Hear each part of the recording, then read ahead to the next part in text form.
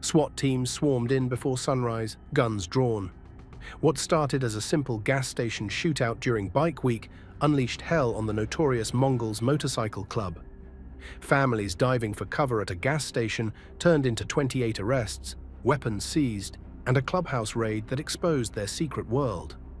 This wasn't just another biker brawl, it was the takedown that shook Florida's criminal underworld to its core. When hell broke loose at a gas station. All hell then begins to break loose. We're not showing you some of the cell phone video where you could really see and you could really hear the gunshots, and you see people diving for cover, people running across 44, and here the beatdowns begin. March 8, 2025 was supposed to be just another perfect day during Florida's Bike Week. The sun was shining, tourists were everywhere, and thousands of motorcycles rumbled through the streets of New Smyrna Beach. Families were out enjoying the spectacle, kids pointing excitedly at the endless parade of chrome and leather rolling past their windows. Around 2 o'clock in the afternoon, everything changed at a racetrack gas station that should have been like any other stop for fuel. Security cameras later showed a group of Warlock's motorcycle club members pulling in first, looking calm and casual as they filled up their tanks. They seemed like just regular bikers taking a break from the road, talking among themselves and enjoying the warm weather. But 13 minutes later, when the Mongols arrived at that same gas station, you could practically feel the temperature drop. This wasn't some random encounter between strangers who happened to ride motorcycles. These were two outlaw motorcycle clubs with serious bad blood between them, and everyone present knew it the moment they spotted each other across the fuel pumps. What happened next turned a family-friendly tourist destination into something that looked like a war zone. Voices got louder, tensions escalated, and suddenly gunshots rang out across the gas station. Parents grabbed their children and dove behind cars. Tourists abandoned their vehicles mid-refuel and ran for whatever cover they could find. A 6-year-old who witnessed the violence would still be having nightmares months later. 2 men were shot during the chaos, both surviving their injuries but leaving behind a community that was shaken to its core. This wasn't some back-alley confrontation or late-night bar fight that only affected the people involved. This was broad daylight violence at a busy public location during one of Florida's biggest tourist events. With innocent families caught in the crossfire, the immediate aftermath was chaotic but telling. Instead of scattering like regular criminals might, the bikers from both clubs maintained some semblance of organization, even as police sirens wailed in the distance. Some stayed to tend to the wounded, others coordinated their stories, and a few made calculated decisions about who should leave and who should remain. This wasn't random street violence, it was something much more structured and dangerous. Within hours, law enforcement officers were securing the scene and collecting evidence, but they already knew this wasn't going to be treated like a typical assault case. The public nature of the violence, the organized involvement of 2 motorcycle clubs, and the complete disregard for innocent bystanders had crossed a line that authorities couldn't ignore. What the shooters didn't realize was that those few moments of gunfire had just triggered something much bigger than they could have imagined. The 4-month hunt that nobody saw coming. But I had to do an interview with members of Mother Chapter and had to get voted in by them too. And the Mother Chapter is the original founding chapter of the club. When I first started the Mongols in Oregon, there was 6 members. While the gas station was cleaned up and normal life seemed to resume in New Smyrna Beach, something much more serious was happening behind closed doors. Law enforcement wasn't just going to arrest a couple of shooters and call it a day. They were preparing to launch what would become one of the most comprehensive takedowns of an outlaw motorcycle club that Florida had ever seen. For nearly 4 months after the Bike Week shooting, an intense investigation unfolded in complete secrecy. Detectives weren't just reviewing security footage from that one incident. They were building detailed profiles of dozens of Mongols members across the state, mapping their connections, tracking their movements, and documenting their communications. The investigation quickly revealed that this gas station confrontation was just the tip of the iceberg. Digital forensics teams worked around the clock analyzing cell phone records, social media posts, and text messages between known Mongols members before and after the shooting. What they found painted a picture of an organization that operated more like a criminal enterprise than a motorcycle club. Phone records showed extensive communication between members in the hours leading up to the Bike Week confrontation. These weren't casual calls about where to meet for rides. They were strategic conversations about territory, respect, and dealing with rival clubs. Some communications suggested the gas station encounter wasn't entirely spontaneous. There had been planning involved. What they discovered during those months went far beyond the gas station confrontation. Many of the Mongols involved in the Bike Week incident had connections to previous violent incidents across Florida, including shootings in Titusville and Cocoa. Some had extensive criminal histories stretching back years. Others were in the country illegally. What connected them all was their membership in an organization that law enforcement was beginning to understand as much more than just a motorcycle club. Surveillance teams watched as Mongols members held meetings at various locations across Florida. They documented who attended, how long meetings lasted, and what happened afterward. Often violent incidents would follow these gatherings by just days or weeks. The pattern was becoming clear. This wasn't a social club that occasionally got into trouble, but an organized group that used violence as a tool for control and intimidation.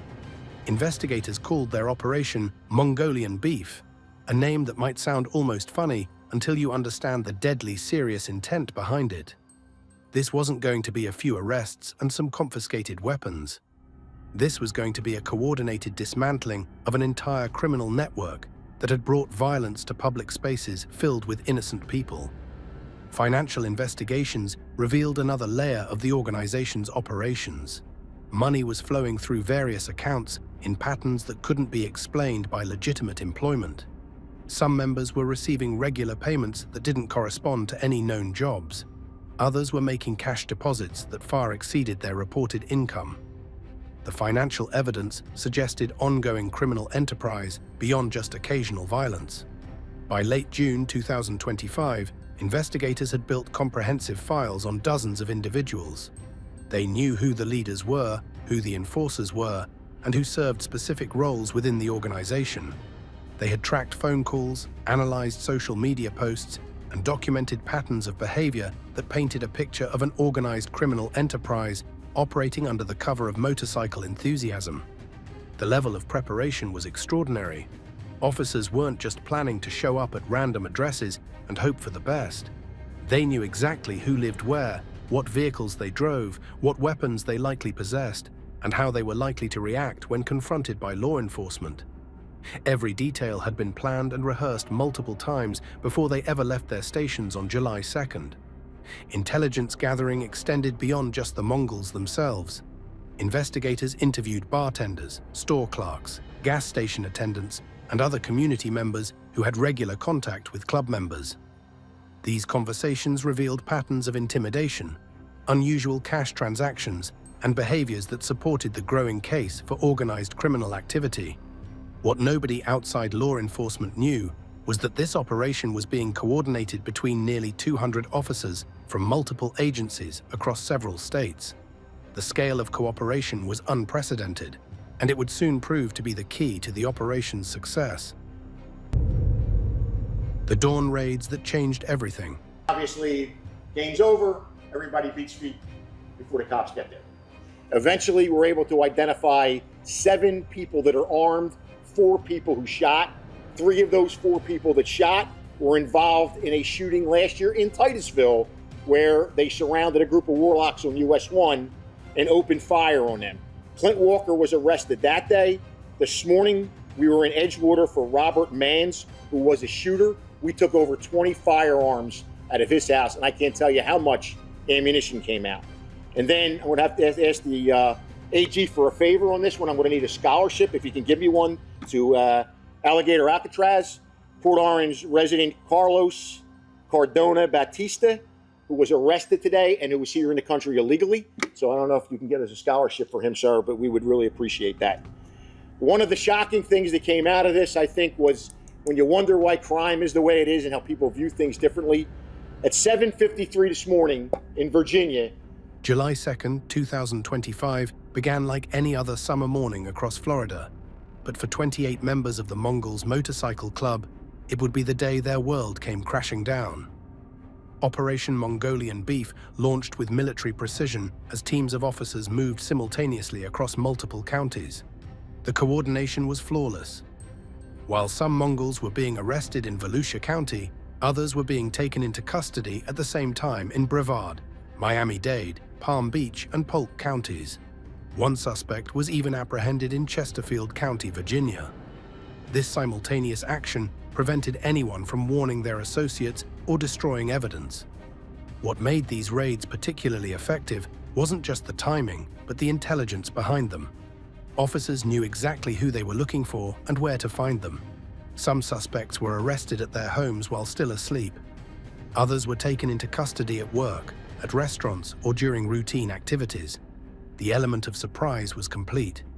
The raids began at 5:30 a.m., sharp across all locations.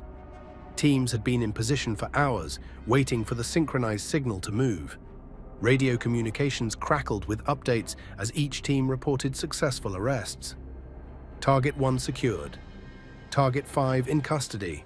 Evidence recovered at location 7. The operation unfolded like clockwork. At one location in Brevard County, officers found their target just returning from an overnight trip. The suspect pulled into his driveway to find law enforcement vehicles already positioned around his property. There was no chase, no dramatic confrontation, just the realization that his time had run out. By the time he turned off his motorcycle engine, officers were already approaching with weapons drawn and arrest warrants ready. The evidence seized during these raids painted a disturbing picture of what law enforcement was actually dealing with. Across all locations, officers recovered 38 handguns and 15 long guns, far more firepower than any legitimate motorcycle club would need. Many of these weapons had modifications or filed-off serial numbers, suggesting they were meant for serious criminal activity rather than personal protection. Some locations yielded particularly interesting discoveries. At one residence in Palm Beach County, officers found a sophisticated weapons cache hidden behind a false wall in the garage. The hiding spot was so well constructed that it took nearly an hour to locate, even with detailed intelligence about its existence. Inside were high-capacity magazines, ammunition, and weapons that had been reported stolen from other states. But the weapons were just part of the story. Officers also discovered sophisticated surveillance equipment at several locations, including counter-surveillance tools designed to detect police monitoring. Some members had police scanners, signal jammers, and other technology specifically meant to stay one step ahead of law enforcement. This wasn't paranoia. This was the behavior of people actively engaged in criminal activity. Gang vests with patches indicating specific ranks and roles within the organization were seized, providing investigators with a clear picture of the Mongols' hierarchy in Florida. These weren't just fashion statements. They represented authority, territory, and earned status within a criminal organization that operated like a paramilitary structure. The patches told stories that investigators found fascinating and disturbing.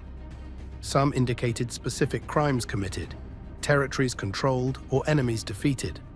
Others showed alliances with criminal organizations in other states or countries. A few bore symbols that only made sense to those deeply embedded in the outlaw motorcycle world, coded messages about loyalty, violence, and criminal achievement. Digital devices recovered during the raids contained communications about club business, territory disputes, and plans for dealing with rival clubs. Some devices held photos and videos that would later prove crucial in connecting individuals to specific criminal activities, including the gas station shooting that had triggered the entire investigation. One particularly valuable find was a tablet belonging to a mid-level member that contained detailed records of club meetings, financial transactions, and communications with other chapters across the country. The device painted a picture of an organization that was far more sophisticated and far-reaching than local law enforcement had initially understood. The financial evidence was equally revealing. Cash, financial records, and ledgers showed money flowing through the organization in ways that couldn't be explained by legitimate means. Some locations had tens of thousands of dollars stored alongside weapons and gang paraphernalia, a combination that raised serious questions about drug trafficking, weapons sales, and other illegal income sources.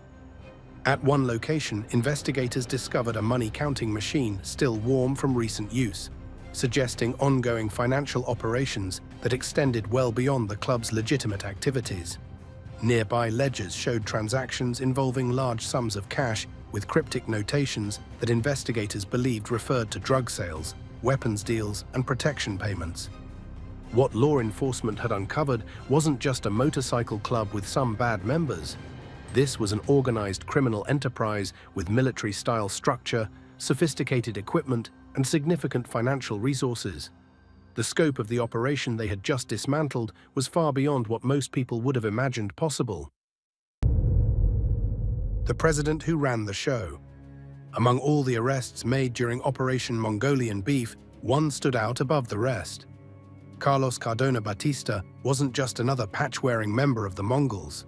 He was the Florida chapter president, the man who authorities believed called the shots for the entire organization throughout the state. When officers arrived at Cardona Batista's residence on the morning of July 2nd, there was no dramatic standoff or high-speed chase.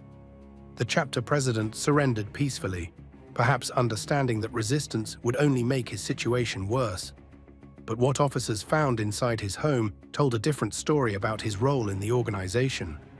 Several firearms were recovered from his residence, including what appeared to be personal weapons, as well as others potentially meant for distribution to club members. More importantly, documents found at his home suggested direct involvement in planning club activities, including communications that investigators believed were related to the Bike Week confrontation. The documents painted a picture of a man who took his leadership role seriously. Meeting notes in his handwriting, detailed decisions about territory disputes, member discipline, and responses to law enforcement pressure. Some notes referenced specific dates and locations that corresponded to violent incidents investigators had been tracking for months.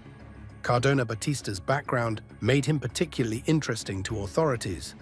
Unlike many of the other arrested members who had extensive criminal records, he had managed to maintain a relatively clean official history while allegedly orchestrating criminal activities from behind the scenes. This suggested a level of sophistication that worried investigators. He knew how to delegate the riskiest tasks while maintaining control over the organization. Financial records found at his residence revealed the extent of his control over club operations. Bank statements, deposit slips, and financial ledgers showed him receiving and distributing large sums of cash through various accounts. Some transactions appeared to correspond to major criminal activities, while others seemed designed to maintain the appearance of legitimate business operations. His leadership style combined traditional biker culture with modern criminal enterprise management. Under his direction, the club had reportedly expanded its territory in Florida, established relationships with other criminal organizations, and increased membership.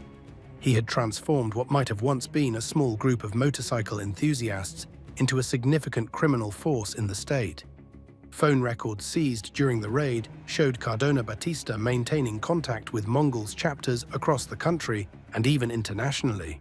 These communications revealed a level of coordination and strategic planning that extended far beyond Florida's borders. He wasn't just running a local chapter, he was managing a significant piece of a national criminal organization. When Cardona Batista appeared for his first court hearing, prosecutors pulled no punches. They described him as the driving force behind the Bike Week violence, arguing that while he might not have fired any shots himself, he had authorized and coordinated the confrontation. They successfully argued for denial of bail, citing both his influence over other members and his potential flight risk. The prosecution's case against him relied heavily on the organizational materials found at his residence. Meeting minutes, financial records, and communications all pointed to a man who wasn't just aware of criminal activities, but actively planning and directing them. His role in the gas station confrontation might have been indirect, but his responsibility for it was clear. The arrest of the chapter president created immediate chaos within the remaining free members of the organization. Without clear leadership from the top, those who hadn't been arrested were left uncertain about how to respond. Some went into hiding, others began exploring cooperation with authorities, and a few reportedly reached out to National Mongols leadership for guidance on how to proceed. For prosecutors, Cardona Batista represented more than just one defendant. He symbolized the organized nature of the violence that had erupted during Bike Week. If they could prove that he had planned or approved the gas station confrontation, it would strengthen their case against every other member arrested in connection with the incident. Intelligence gathered about Cardona Batista revealed a man who had risen through the ranks of the Mongols through a combination of intelligence, ruthlessness, and organizational skill. He understood that successful criminal enterprises required discipline, structure, and strategic thinking. His leadership had transformed the Florida chapter from a minor presence into a major criminal force. But his arrest also sent a message to other outlaw motorcycle clubs operating in Florida. If law enforcement could take down the president of the Mongols so quickly and thoroughly, nobody was untouchable. Other clubs reportedly began changing their operations, becoming more cautious about public gatherings and internal communications. The case against Cardona Batista would ultimately become a test of Florida's legal approach to organized criminal groups. Could someone who wasn't physically present at a violent incident still be held accountable as its organizer and leader? The answer to that question would have implications far beyond this single case. A legal strategy that caught everyone off guard. When it came time to build cases against the arrested Mongols members, Florida prosecutors made a decision that surprised even experienced defense attorneys. Instead of pursuing traditional charges like assault or weapons violations, they turned to a relatively new legal tool that would prove devastatingly effective. Florida's aggravated rioting statute had been designed specifically for situations like the Bike Week incident. Under this law, when a riot involves more than 25 people, includes deadly weapons, causes property damage, or threatens public safety near businesses or traffic, it becomes a second-degree felony carrying up to 15 years in prison and a $10,000 fine. The gas station confrontation met every requirement of this statute. There were dozens of bikers present, firearms were discharged in a public space, innocent bystanders were endangered, and the entire incident occurred at a busy business with vehicles all around. For prosecutors, it was the perfect opportunity to use this law as it was intended. What made this legal strategy so powerful was that prosecutors didn't need to prove who fired which specific shots. Simply being part of the group while armed and participating in the violence was enough under the aggravated rioting statute. This allowed them to cast a much wider net than traditional assault charges would have permitted. The legal precedent they were setting was significant. Previous cases against outlaw motorcycle clubs had often faltered because prosecutors couldn't prove individual participation in specific violent acts. Witnesses would disappear, security footage would be unclear, or physical evidence would be inconclusive. The aggravated rioting approach eliminated many of these problems by focusing on group behavior rather than individual actions. Defense attorneys found themselves caught off guard by this approach. They had prepared for the usual assault and weapons charges that typically follow motorcycle club incidents. Instead, they were facing a statute that treated their clients as part of an organized riot, with penalties that were significantly more severe than they had anticipated. The preparation for these cases was exhaustive. Prosecutors spent months reviewing every piece of evidence seized during the raids, looking for connections between individual defendants and the broader criminal enterprise. They built detailed timelines showing how decisions made at club meetings translated into violent actions on the streets. The legal strategy extended beyond just the criminal charges. Prosecutors also used civil forfeiture laws to target the Mongols' assets, including properties like the Edgewater Clubhouse that they argued had been used for planning criminal activity. This two-pronged approach, criminal charges against individuals and civil actions against their assets, was designed to completely dismantle the club's presence in Florida. Civil forfeiture proceedings moved on a separate legal track, allowing authorities to seize property even before criminal convictions were secured. The clubhouse, bank accounts, vehicles, and other assets connected to the organization were frozen, effectively cutting off funding for legal defenses and preventing the club from regrouping financially. When it came to bail hearings, prosecutors used the aggravated rioting charges to argue for high bond amounts or denial of bail entirely. They presented evidence showing not just participation in the gas station incident, but patterns of behavior suggesting ongoing criminal activity. Judges generally agreed, setting bail at amounts ranging from $100,000 to $500,000. With some defendants denied bail completely, the high bail amounts served multiple purposes. They kept dangerous individuals off the streets while cases proceeded, but they also applied financial pressure that made some defendants more willing to consider cooperation agreements. Members who couldn't afford bail found themselves isolated from their support networks and facing the full weight of potential prison sentences. For the Mongols members sitting in jail awaiting trial, the reality of their situation was stark. This wasn't going to be handled like previous arrests they might have experienced. The aggravated rioting statute carried serious prison time, and the evidence against them had been gathered over months of careful investigation. Some defendants immediately began exploring plea deals, creating tension within the club as loyalty to the organization clashed with the prospect of lengthy sentences. The legal strategy also sent a message to other outlaw motorcycle clubs across Florida and beyond. Traditional criminal charges had often resulted in relatively light sentences that club members viewed as simply part of doing business. The aggravated rioting approach demonstrated that Florida was willing to use every legal tool at its disposal to respond to organized criminal violence. What made this approach particularly effective was how it aligned with the evidence seized during the raids. The weapons, communications, and organizational materials recovered from various locations supported the prosecution's argument that this wasn't just a spontaneous fight, but part of an ongoing pattern of organized criminal activity. As cases moved through the court system, the legal strategy would ultimately determine not just the fate of individual defendants, but the future of outlaw motorcycle clubs in Florida. The success or failure of the aggravated rioting prosecutions would influence how other states approached similar criminal organizations in the future. The arsenal that shocked investigators. Procedure and have one group examine it. So digital forensics, phones, iPads, whatever's in there on the warrant, and of course any... When the evidence from Operation Mongolian Beef was finally catalogued and analyzed, even experienced investigators were surprised by what they had uncovered. The 53 firearms seized during the raids, 38 handguns and 15 long guns, represented far more than what any legitimate motorcycle club would need or possess. Many of these weapons showed signs of modification or had serial numbers that had been filed off to prevent tracing. Some were high-capacity firearms that suggested preparation for sustained conflict rather than personal protection.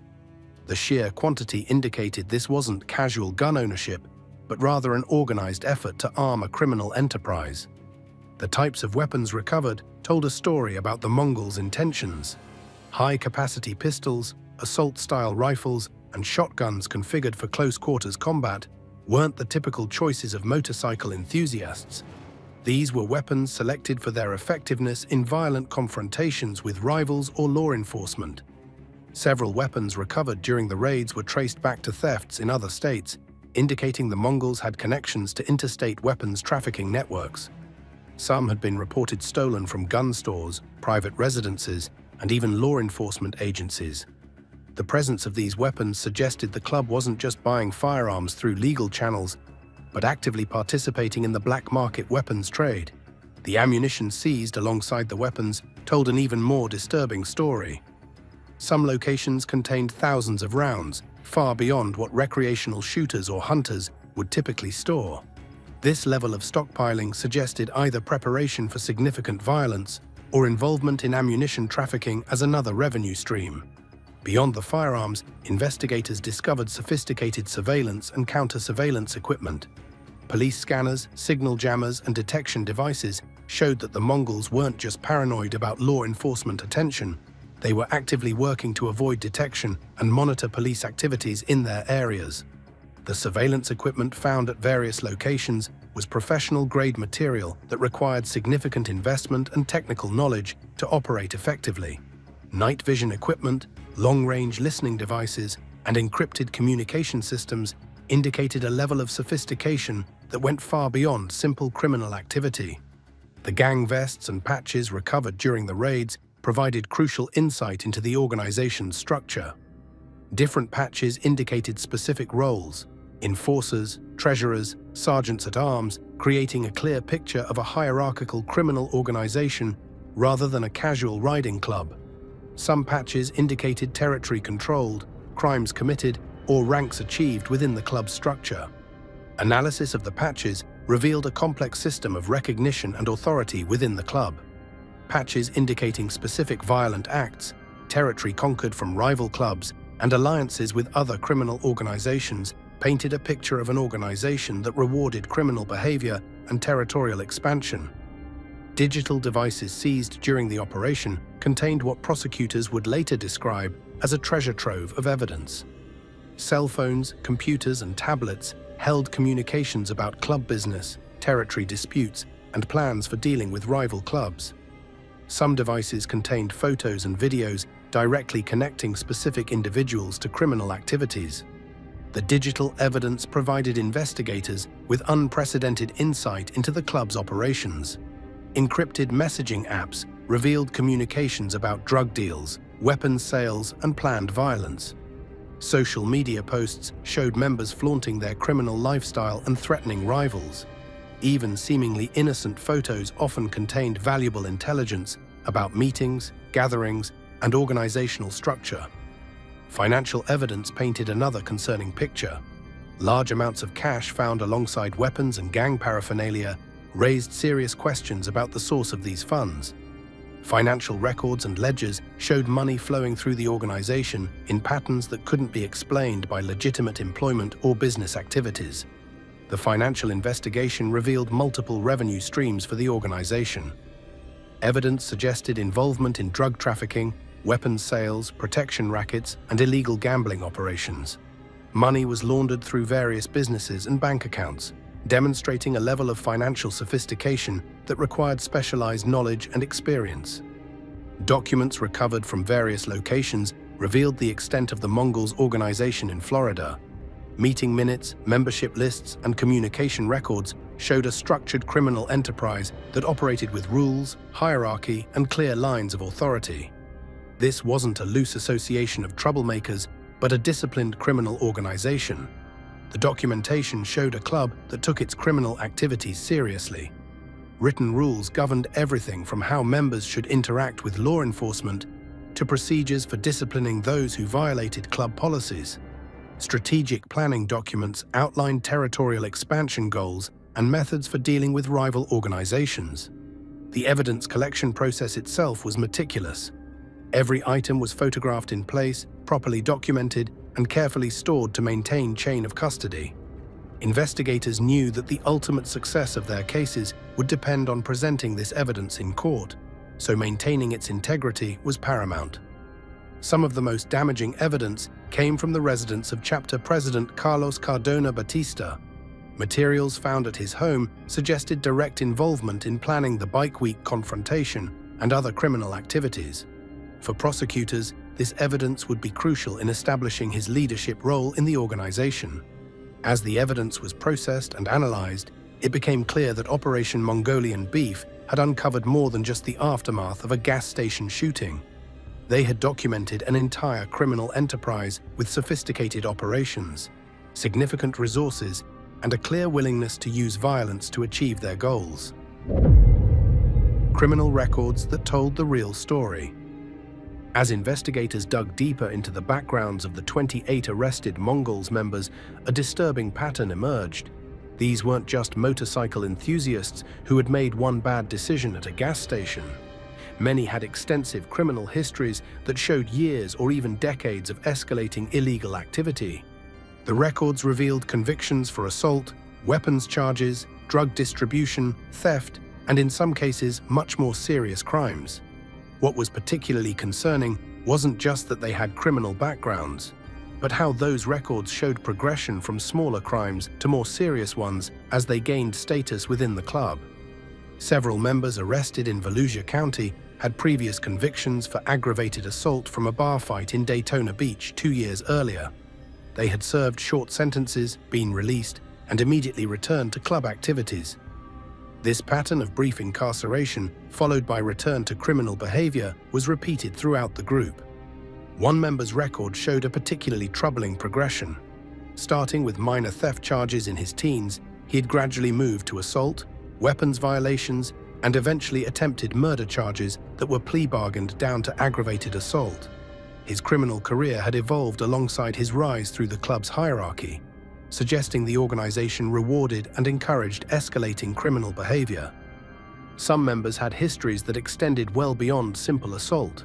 One had previous convictions for gun running across state lines, bringing those criminal connections and skills with him when he joined the Mongols. Others had been involved in drug trafficking operations that predated their club membership but continued afterward. The drug trafficking connections were particularly extensive among arrested members. Several had previous convictions for distribution of cocaine, heroin, and methamphetamine. Others had been arrested but not convicted on drug charges, often due to witness intimidation or procedural issues. The pattern suggested the club actively recruited individuals with established drug trade connections. What made these criminal histories particularly valuable to prosecutors was how they revealed the club's recruitment patterns. The Mongols weren't just accepting anyone with a motorcycle and bad attitude. They were actively seeking people with specific criminal skills and a demonstrated willingness to use violence when ordered. Financial crime expertise was another common thread among members' backgrounds. Several had convictions for money laundering, tax evasion, and fraud. These skills were valuable to the club's operations, helping them move money through legitimate businesses and financial institutions while concealing the criminal sources of their income. At least 5 of the arrested members were actually on probation for previous offenses when the Bike Week shooting occurred. They had violated the terms of their release by associating with known felons and carrying weapons, demonstrating complete disregard for court orders and legal supervision. The violations of probation weren't just technical infractions. These members had been specifically ordered to avoid contact with other criminals and to surrender any firearms as conditions of their release. Their participation in armed club activities showed deliberate defiance of the legal system and commitment to the organization above personal consequences. Even more concerning were the 3 members who were in the country illegally. These individuals had obtained fake identification, joined an outlaw motorcycle club, and participated in criminal activities while completely avoiding immigration authorities. Their presence suggested international connections that worried federal agencies monitoring the case. The illegal immigrants among the arrested members represented a particularly complex challenge for law enforcement. Their criminal activities in the United States were compounded by immigration violations, but their deportation would remove potential witnesses and defendants from the legal process. Federal agencies had to balance immigration enforcement with criminal prosecutions. The criminal backgrounds weren't limited to violent crimes. Several members had histories of financial crimes, including money laundering, fraud, and tax evasion. These skills were valuable to the club's operations, helping them move money and maintain the appearance of legitimate income while engaging in illegal activities. When prosecutors presented bail arguments, they relied heavily on these criminal histories to argue for high bail or denial of bail entirely. The pattern of escalating criminal behavior, combined with ongoing gang membership, painted a picture of individuals who posed continued threats to public safety. For law enforcement officers who had been tracking some of these individuals for years, the arrests were particularly satisfying. They finally had the opportunity to use intelligence that had been gathered over multiple incidents to build comprehensive cases against people they knew were involved in ongoing criminal activity. The extensive criminal backgrounds of the arrested members also helped investigators map the club's organizational structure. Those with histories of violence typically served as enforcers. Those with financial crime backgrounds handled money laundering and other economic activities. Those who had managed to avoid serious convictions despite multiple incidents were often in leadership positions. Defense attorneys struggled with how to address their clients' criminal histories. While they argued that past convictions shouldn't prejudice current cases, prosecutors maintained that the patterns were directly relevant to understanding the organized criminal nature of the Mongols' activities. As cases moved toward potential trials, some members with the most serious criminal histories began exploring plea agreements. They understood that their records would make them unsympathetic to juries and could result in maximum sentences if convicted. This created tensions within the club as members faced pressure to maintain loyalty while confronting the reality of lengthy prison terms. The 3 who got away, While Operation Mongolian Beef succeeded in arresting 28 Mongols members in a single coordinated sweep, the job wasn't completely finished. When investigators tallied their results, they found themselves with 3 suspects still at large, individuals who were considered among the most dangerous because of their direct involvement in the gas station violence. Law enforcement made a strategic decision not to publicly release the names of these fugitives, hoping to prevent them from receiving assistance from sympathizers while still distributing their information to agencies and sources who might help locate them. What officials did make clear was that these 3 were considered armed and extremely dangerous. The decision to keep their identities partially confidential reflected the serious nature of their involvement in the original violence. Intelligence suggested that these 3 weren't just present during the gas station shooting. They may have been among those who actually fired weapons.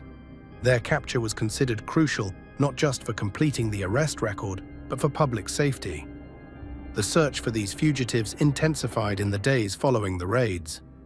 Digital wanted posters were distributed to law enforcement agencies across the Southeast.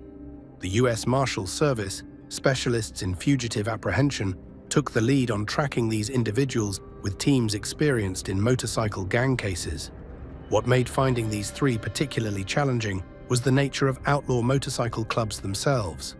These organizations maintain extensive networks across multiple states, with members who follow strict codes of loyalty. Someone on the run could potentially find safe houses, cash, transportation, and new identities through these connections. The Mongols' national network presented law enforcement with a significant challenge. The club had chapters in dozens of states, along with international connections that could potentially provide refuge for fugitives. Each of these locations required monitoring and investigation, consuming significant resources from multiple agencies.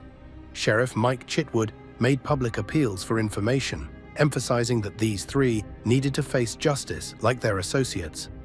A special tip line was established specifically for information about the fugitives, with promises of anonymity for anyone providing helpful leads. As days turned into weeks, investigators received tips from across Florida and beyond. Some reported sightings at gas stations or motels. Others claimed the suspects had fled to Mexico or were hiding in remote areas. Each lead required investigation and follow-up, consuming significant resources but considered necessary given the violent nature of the original crime. The ongoing search revealed the challenges of pursuing fugitives in the modern era. While technology provided law enforcement with sophisticated tracking tools, it also gave suspects new ways to avoid detection. Prepaid cell phones, cryptocurrency transactions, and encrypted communications made it easier for fugitives to coordinate their escape and evasion efforts.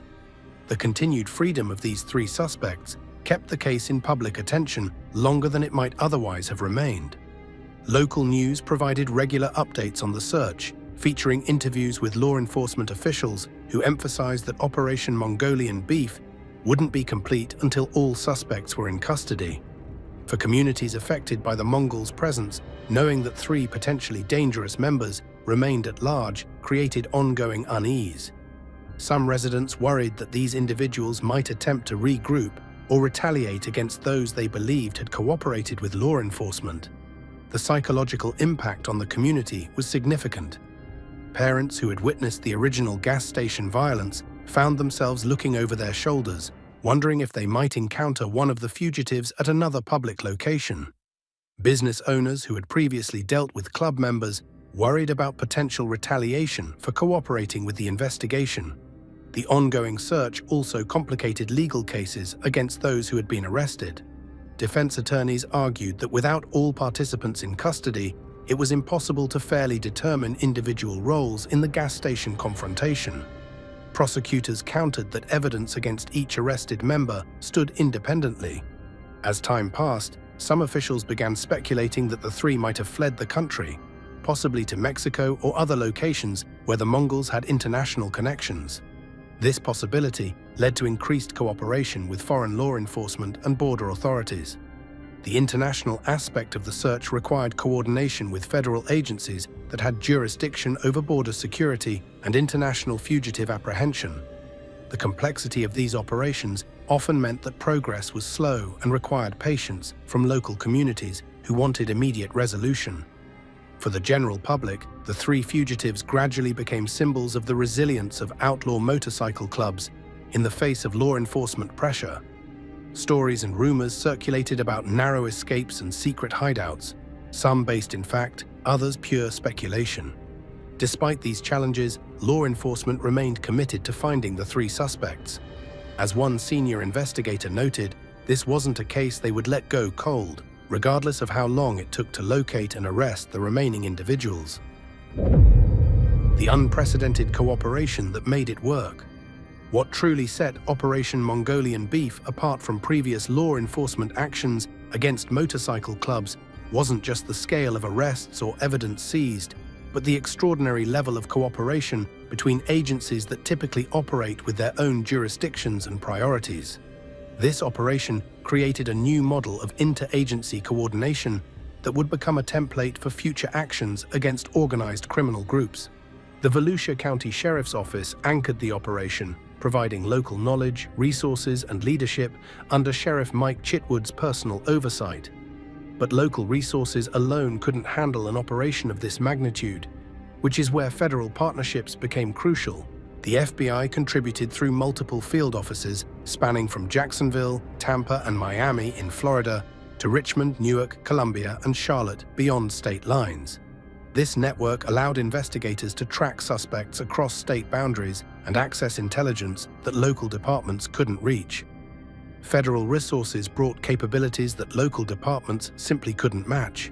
Advanced surveillance equipment, digital forensics laboratories, and analytical software helped investigators process vast amounts of data collected during the 4-month investigation.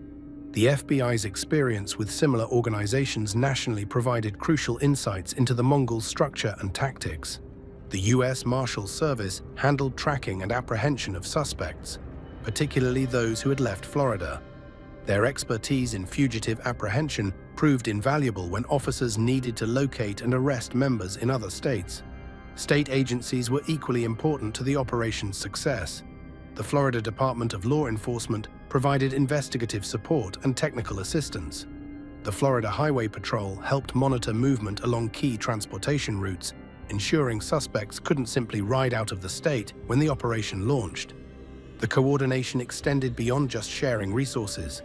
Daily briefings included representatives from each participating agency, ensuring everyone operated with the same current intelligence. Joint task force meetings allowed investigators to share insights and coordinate their activities in real time, preventing duplication of effort and maximizing effectiveness. What made this cooperation work wasn't just agencies working together, but seamless information sharing between them. Daily briefings, shared databases, and joint command centers allowed everyone to operate with the same current intelligence. Officers from different departments were paired together, combining federal resources with local knowledge. The legal coordination was equally unprecedented. State attorneys from multiple counties worked with federal prosecutors to determine the most effective charges for each suspect. This legal strategy team's decision to use Florida's aggravated rioting statute ensured consistency across all cases, regardless of where arrests occurred. Technical resources were shared freely between agencies.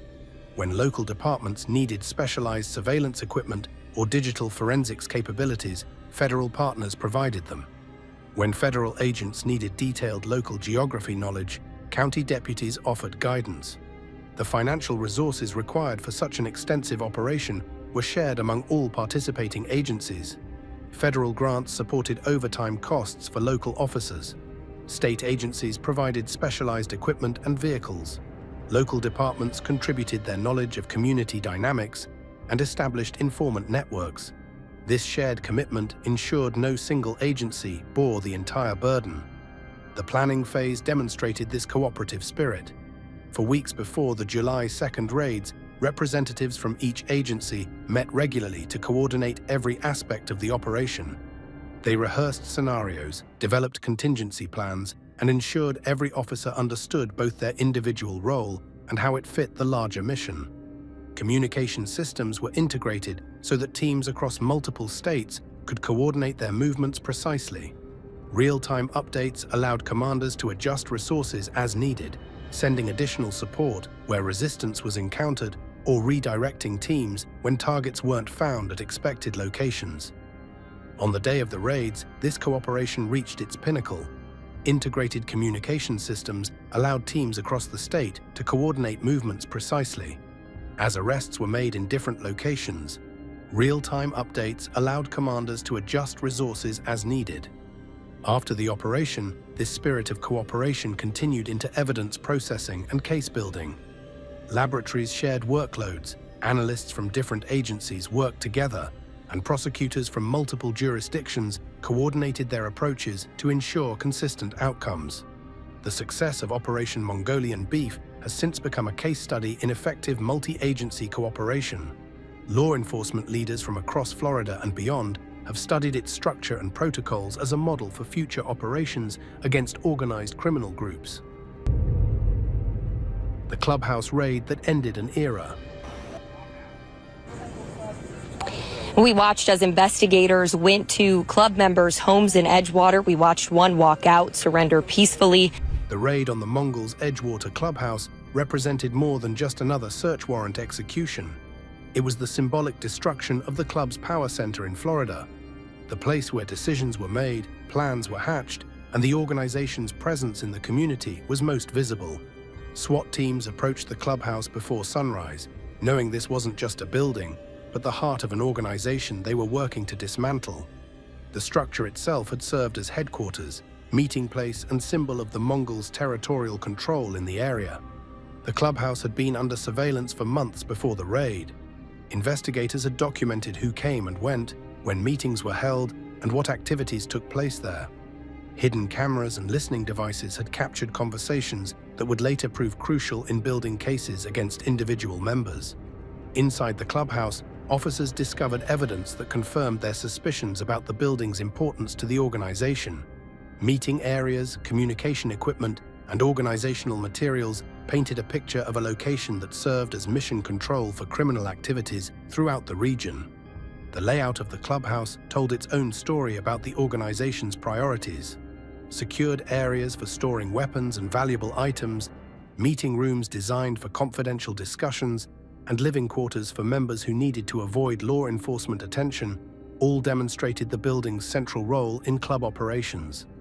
Evidence recovered from the clubhouse included financial records that detailed the club's criminal income streams, weapons storage areas that had held some of the firearms recovered during individual raids, and communications equipment that had been used to coordinate activities across multiple states. The seizure of the clubhouse struck at something deeper than just operational capability. For outlaw motorcycle clubs, their clubhouse represents identity, tradition, and presence in the community. By taking it away, law enforcement didn't just eliminate a meeting space, they erased the physical symbol of the club's existence in Florida. Beyond the immediate search, authorities began civil forfeiture proceedings to permanently seize the property, arguing it had been used for planning and coordinating criminal activity. This legal action ensured that even if individual members were eventually released, they wouldn't be returning to their former headquarters. The clubhouse had also served as a social center for members and their families, hosting parties, celebrations, and other events that reinforced loyalty to the organization.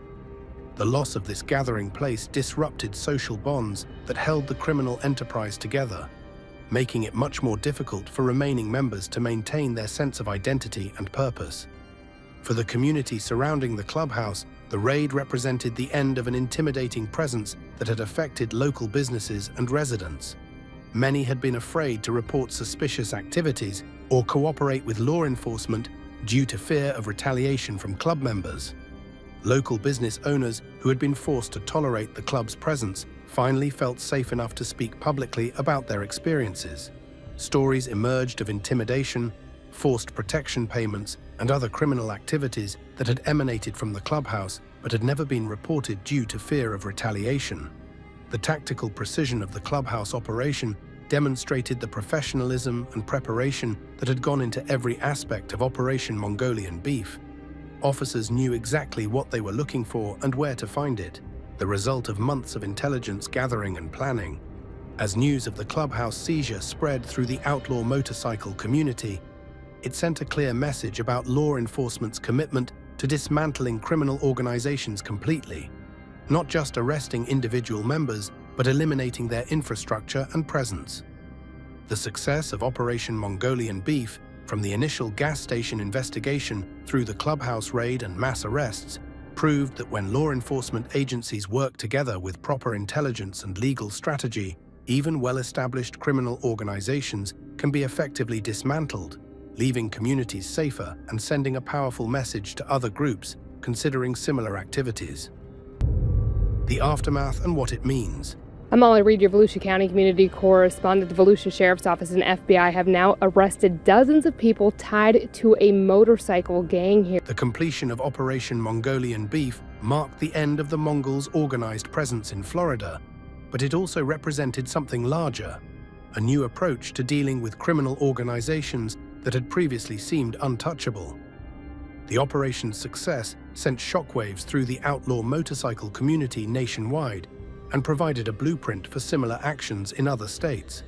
In the months following the raids, other states began studying Florida's approach to see how it might be adapted to their own situations. The combination of extensive intelligence gathering, unprecedented interagency cooperation, and innovative legal strategies created a template that could be applied to various forms of organized crime. For the communities affected by the Mongols' presence, the operation provided a sense of relief that many residents hadn't felt in years. Gas station attendants no longer worried about serving customers wearing club colors.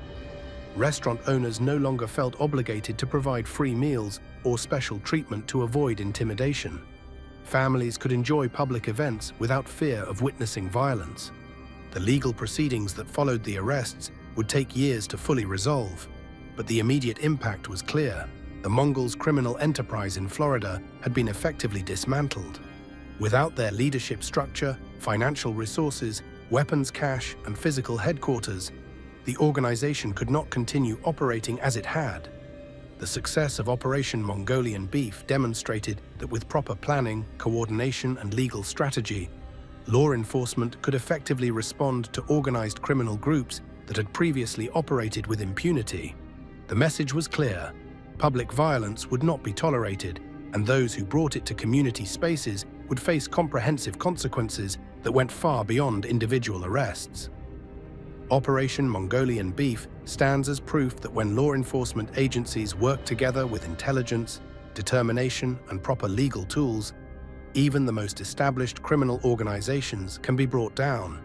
The operation didn't just arrest criminals, it dismantled an entire criminal enterprise, protected communities, and established a new standard for responding to organized crime in the modern era.